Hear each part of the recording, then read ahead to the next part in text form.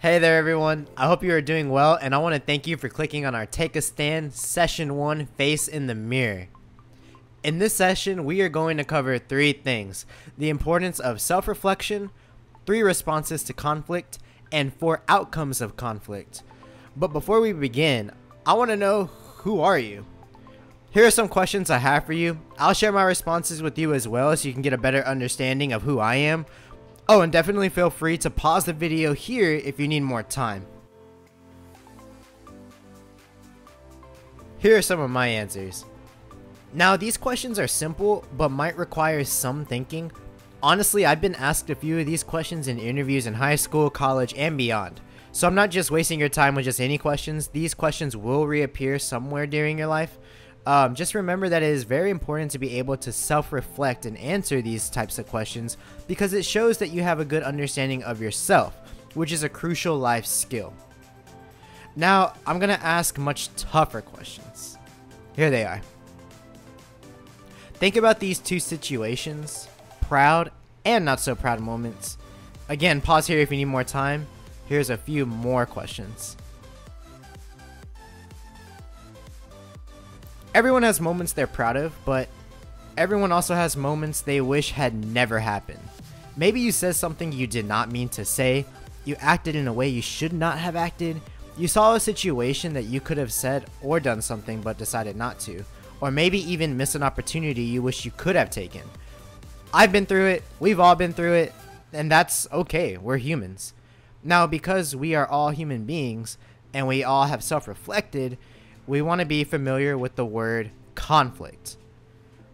But just because we all know that conflict exists, we all respond to conflict differently. I'm going to show you 3 ways people respond to conflict. The first response to conflict is avoidance. Avoidance is acting as if a conflict does not exist. This is sometimes called masking a problem or pretending that it didn't happen. For example, and this is a true story, I let a friend borrow my car, they use it and they return it, but they left my car super dirty. And I know my car was clean when I let them use it, but I could have stayed silent and resentful instead of talking about the issue. If I would have done that, that would have been avoidance. The second response to conflict is diffusion. Diffusion is when you delay dealing with the conflict. Meaning, even though you're angry with someone, you wait, you cool off before you talk to them about why you are angry. So, back to the car story. If I get the car back, it is all dirty, I get upset, but this time I just walk it off, cool down, and then I talk to my friend later to explain my feelings. That would be an example of diffusion. Alright, so the final response to conflict is confrontation.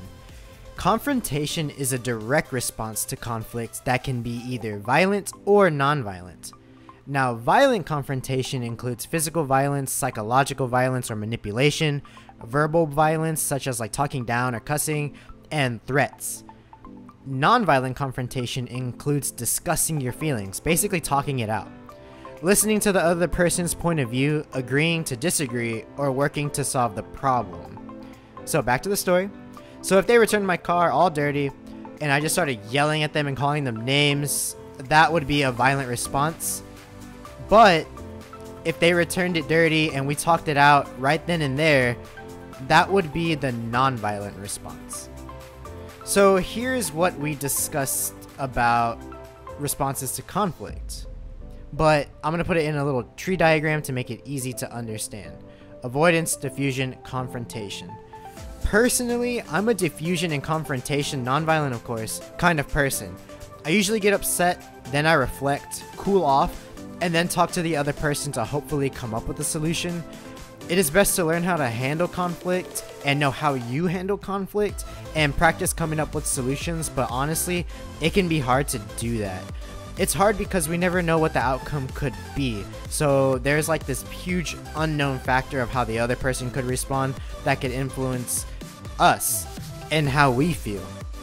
So all that being said, that leads us to the next section, which is the 4 outcomes of conflict. Now, the 4 outcomes of conflict are pretty simple. Number 1 is win-win, number 2 is win-lose, number 3 is lose-win, and number 4 is lose-lose. I'm going to put this in a table to help explain this.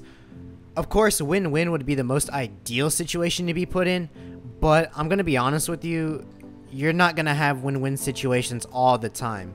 You will experience every single one of these outcomes of conflict during your life. Maybe you already have. But I want you to try and be the leader and set an example.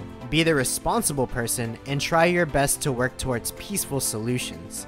If you let issues boil up and respond violently, that is the easiest way to create more issues, and it can put you and others in extremely uncomfortable situations or positions.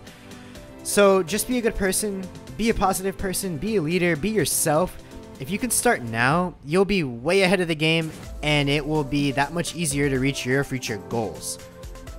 Thank you for listening, everyone. In the next session, we are going to talk about figures of speech using mediation techniques and talk about how good communication can solve conflicts. I'll see you on the next one, everyone. Take care. Thank you.